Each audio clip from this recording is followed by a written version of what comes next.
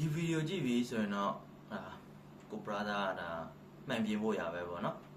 အဲ့တော့မှန်ပြင်တဲ့အခါမှာဘယ်လိုပြင်ရမလဲဘယ်လိုမျိုးလိုက်ရမလဲဆိုတာကိုဒီကြကြပြောပြပေးမယ်အဲ့ဒါမျိုးမှာကျွန်တော်ဒီနေ့ပြင်ထားတဲ့ TV လက်မှတ်40ရဲ့ panel ကိုဘယ်လိုမျိုးပြင်ထားလဲဆိုတာကိုပါပြောပြပေးမယ် Welcome back ကျွန်တော်ရဲ့ Test and Fix YouTube channel လေးနဲ့ပြန်လဲကြိုဆိုလိုက်ပါတယ်အခုဒီ TV လေးကပြင်ပြပေးမယ့်ဟာကဘာလဲဆိုတော့နီးပန်ကိုလက်မှတ်40ပေါ့နော်လက်မှတ်40သူကဘာပြစ်တာလဲဆိုတော့ဒီကောင်လေးက logo ကလင်းလာတယ်လင်းတယ်ဒါပေမဲ့သူကဖြည်းဖြည်းချင်းမှိန်သွားတာဖြည်းဖြည်းချင်းမှိန်သွားပြီးနောက်က backlight ကနေပြီးကမှမီးကတော့ကောင်းနေတော့အမဲရောင်ကိုကျွန်တော်တို့မီထိုးထားသလိုမျိုးပေါ့နော်ဖြူအောင်ပြင်မဟုတ်ပဲနဲ့အဲ့လိုမျိုးဖြစ်နေတာဒီမှာပြစ်ချက်ကိုတစ်ချက်ကြည့်လိုက်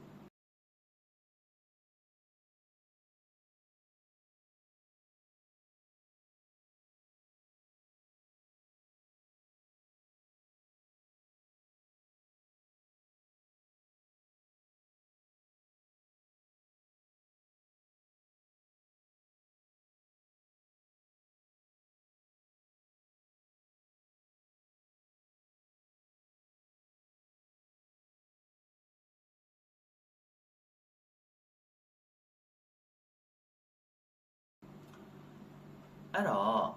ဒီကောင်ကမှန်ပြတ်တာကိုသိရပြီအဲ့တော့မှန်ကိုဘယ်လိုလိုက်မလဲကျွန်တော်ရှေ့ဗီဒီယိုတွေမှာလည်းမှန်ကိုဘာပန်နဲ့လဲသိဖို့လိုတယ်ဘယ်လိုမျိုးလိုက်ရမယ်ဆိုပြီးကျွန်တော်အစဉ်ချင်းပြောပြထားတယ်အဲ့လိုပြောတာကလေရှည်ပြီးပြောတာမဟုတ်ဘူးเนาะအဓိကကaudience အနေနဲ့ဒီဗီဒီယိုကိုကြည့်တဲ့အခါမှာဒါကနေဒီလိုစစ်ရမယ်ဒီလိုနဲ့ဆိုပြီးရင်လိုက်လို့ရမယ်။ဒီ panel ဆိုရင်ဒီလိုစစ်ရမယ်ဒီလိုလိုက်ရမယ်ဆိုပြီးရင်သိဖို့ရအတွက်ကျွန်တော်ကstep by step ပြောပြပေးတာ။ဆရာကြီးဖြစ်လို့တွေ့ခွင့်ပြီးပြောတာမျိုးမဟုတ်ဘူး။ဒါကျွန်တော်ကအဲ့လိုကျွမ်းကျင်တဲ့သူမဟုတ်ဘူး knowledge sharing သဘောမျိုးနဲ့ပဲ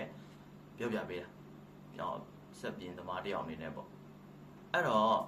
အရင်ဆုံး TV မှာသူ့ရဲ့ဒီဘာ panel လဲသိဖို့လိုပြီ။ဘာ panel လဲသိဖို့လိုတာကဘာဖြစ်လို့လိုတာလဲဆိုတော့ဒီကောင်မှာpanel က CSOT panel ဆိုရင်သူ့ရဲ့ခေါ်ဝါဘယ်လို BOE panel ဆိုရင်သူ့ရဲ့ခေါ်ဝါဘယ်လို Samsung ဆိုရင်ဘယ်လို LG ဆိုရင်ဘယ်လိုဆိုတာမျိုးသူ sample နဲ့သူလာတယ်အခုပေါ့နော် AOG panel ဆိုရင်ဒါသူ့ရဲ့ဟာ H1 H2 နဲ့လာမယ်သူဖြတ်ရမယ် CKV line ပေါ့နော်အကုန်လုံးတော့ CKV line မှာပဲဒါပေမဲ့ခေါ်ဝါပြောင်းသွားတာပေါ့ဒါအခုကျွန်တော်ပြင်တဲ့TV မှာဆိုရင်လည်းဒီကောင်က BOE band CKV1 CKV2 နဲ့ပဲပြပေးထားတာအဲ့တော့ဒါဆိုရင်ဒါခေါ်ပေါ်သိဖို့လိုတာပေါ့နော်အဲ့တော့အရင်ဆုံးဗာစစ်ရမလဲဆိုတော့သူ့ရဲ့ဒီကောင်ကိုဘိုးရရောက်မရောက်တိုင်ရမယ်ဘိုးရရောက်မရောက်တိုင်မယ်ဆိုတော့တချို့တွေကတော့ဒီကောင်ပါတယ်တချို့တွေကဒီဘားမှာပဲပါတာဒါပေမဲ့လက်မအကြီးဆိုရင်တော့သူကဒီကောင်နဲ့ပဲလာတာများတယ်အဲ့တော့ဒီကောင်မှာဘိုးရရောက်မရောက်ချက်စစ်ရမယ်ကျွန်တော်တိုင်းကြည့်တော့ဘိုးရတွေအကုန်ရောက်တယ်ဘယ်ဘိုးရတွေတိုင်းရမလဲ VGA 3.3 နောက်ပြီးရင် AVGD Vcom အဲ့ဒီဘိုး VGA ဆိုရင်ပုံမှန်ဝမ်းကျင်29ဘိုးဝမ်းကျင်ရှိမယ် VGA ဆိုရင်-7 -8ဘိုးလောက်ရှိမယ် 3.3 ဘိုးရှိမယ်ကျွန်တော်ပြော16ဘိုး18ဘိုးရှိမယ်နောက်ပြီး5ဘိုးရှိမယ်ပေါ့နော်စားပေါ့အဲ့တော့ဒီကျွန်တော်အခုပြင်တဲ့ TV မှာဆိုရင်ဒါကောင်းနေတော့ဒါဆိုရင်ဘယ်ကပြတ်တာလဲသိရအောင်ပန်နေနဲ့ညာလေးကိုဖြုတ်ပြီးရင်စက်ကြည့်ဘာဖြစ်လို့ဖြုတ်ပြီးစမ်းကြည့်တာလဲဆိုတော့ဒီကောင်ကသူကောင်းတဲ့အချက်ကလက်မအကြီးဖြစ်တဲ့ကြောင့်ဆို CKV line တွေ data တွေကိုသူက LVDS2 နဲ့ပေးတာfilm ရိုးပုံစံနဲ့သွားပေးထားတဲ့ data တွေအဲ့လိုသွားပေးတာတော့ဘယ်ကိုဖြုတ်ပြီးစမ်းရင်ညာကောင်းမကောင်းသိရမယ်ညာကိုဖြုတ်ပြီးစမ်းရင်ဘယ်ကောင်းမကောင်းသိရမယ်ပေါ့ဒီ TV မှာဆိုရင်ဒါကျွန်တော်ကဘယ်ရောညာရောစမ်းတယ်အဲ့တော့ဘယ်ကိုတက်ထားပြီးစမ်းတယ်ညာဘက်ကမကောင်းတာဖြစ်နေတာအဲ့တော့ကျွန်တော်ဒါ CKV line တွေဖြတ်ရမှာသိပြီဆိုပြီးရင်ဒါကျွန်တော်ပြင်တယ်ပြင်တော့ဒီမှာဗီဒီယိုတစ်ချက်ကြည့်လိုက်ဒီကိုဝိုင်းဒါလည်းကျွန်တော်ဟိုမှာဒီပတ်ပြီးလို့မပြောပါဘူး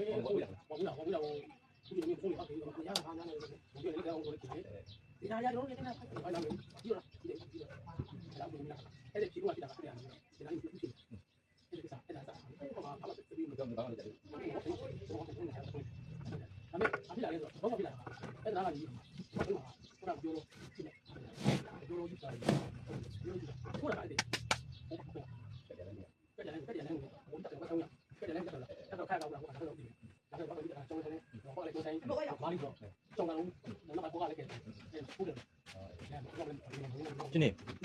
ခုပဲပြန် ဒီဗီဒီယိုမှာဆိုရင်ဒါကျွန်တော်ကပြင်နေတာမှားတယ်ပြန်ချတယ်ပြန်ခွာတယ်ပြန်ကက်တယ်မှားတယ်ပြန်ခွာတယ်ပြန်ကက်တယ်ပြန်ကြည့်တယ်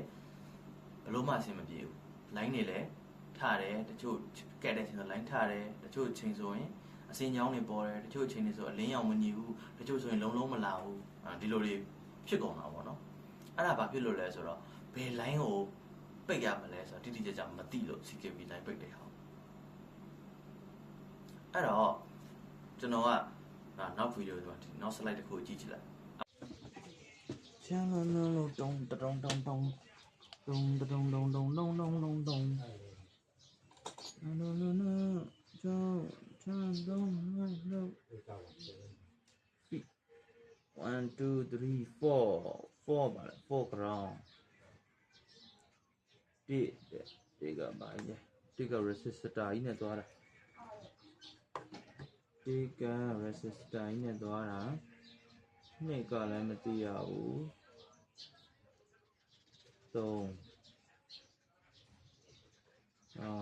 3SKB 1 2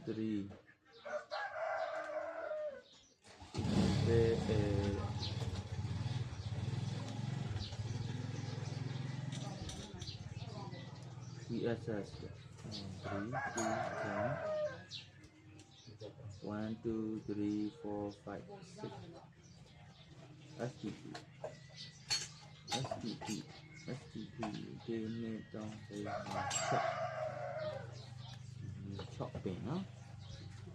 6ပင်အုပ်ရမယ်ဒါပေမဲ့ဒီနေ့3 4 5ပင်ထားပြီး6ပင်အုပ်ရမယ်